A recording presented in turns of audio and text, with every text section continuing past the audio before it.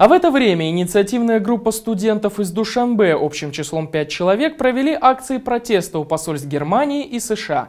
Они потребовали ответить им на высланные ранее письма с требованием экстрадиции в Таджикистан ряда оппозиционеров.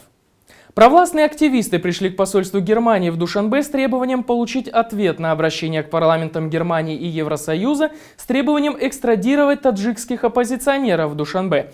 По их мнению, лидер партии исламского возрождения Таджикистана Мухиддин Кабири, лидер оппозиционного движения Ватандор Дададжон Тавулоев и экс-премьер-министр Абдумалек Абдуладжонов должны вернуться на родину и понести наказание. В конце октября с подачи деканатов Таджикского национального университета прошло собрание студентов, которые якобы единогласно потребовали выдачи оппозиционных политиков. Они направили ряд писем в иностранные депредставительства, но ответов так и не получили. Именно поэтому и пришли их требовать. Однако в посольстве Германии им сообщили, что письмо вовсе не получали. Оказалось, что провластные активисты воспользовались услугами государственной почты. 27 октября послали письмо из столичного университета в диппредставительство, также расположенное в Душанбе. Но за месяц письма из одного адреса внутри Душанбе на другой до сих пор дойти не успели. В итоге активисты пошумели, повозмущались и обещали прийти позже, когда почта все-таки письма доставит.